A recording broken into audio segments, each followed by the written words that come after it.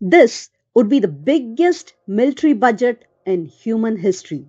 And the real story isn't what it buys, it's what changes once everything is labeled national security.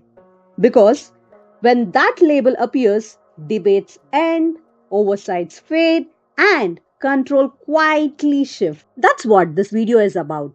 No tanks, no missiles, but how a $1.5 trillion dream military changes who actually runs American states. In the next few minutes, you will see three things. What Trump is really proposing with this budget, how budget this big move power away from Congress, and why fights over the places like Greenland suddenly make sense when you see the money underneath them. Trump's team says they will ask Congress for roughly $1.5 trillion in defense spending for 2027. That's about 50% jump. He calls it a dreamy military, says tariffs will help pay for it, and promising it will keep America safe and secure regardless of foe. On paper, that's more than China, Russia, Europe combined. At that scale, the Pentagon stops being a department, it becomes infrastructure. Infrastructure doesn't get debated, it gets maintained. Once defense is treated like highways or power grids, cutting it feels dangerous, even unpatriotic. That's rule one. Congress approves the budget on papers. But once it passes, the president and the Pentagon decides how it's used.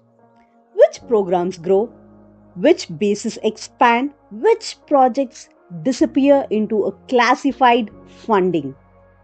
The bigger the budget, the easier it is to hide decisions inside it.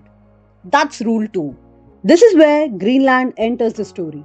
When Trump aides talk about Greenland as obviously belongs to the US, they're not talking about the land. They're talking about the Arctic bases, missile shields, and shipping routes. Pressure points a $1.5 trillion military is built to sit on.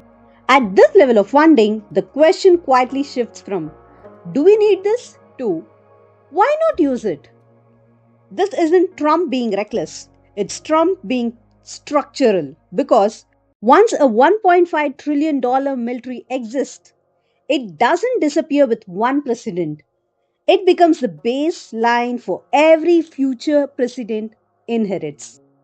So here's a framework to remember. Every time a leader demands a record defense budget, ask three questions. What becomes politically untouchable once this money is locked in? Who actually gains power, Congress or the executive and the Pentagons? And which new region suddenly gets labeled national security priorities? Not because they changed, but because the military footprint expanded. If you can answer those, you are not arguing about numbers anymore. You're reading the power map underneath them. This is Sturdy World Politics, where we explain how power actually works. Subscribe if you want more US hard politics explained like this. And comment below. Does a $1.5 trillion dreamy military make you feel safer or more worried about who controls it?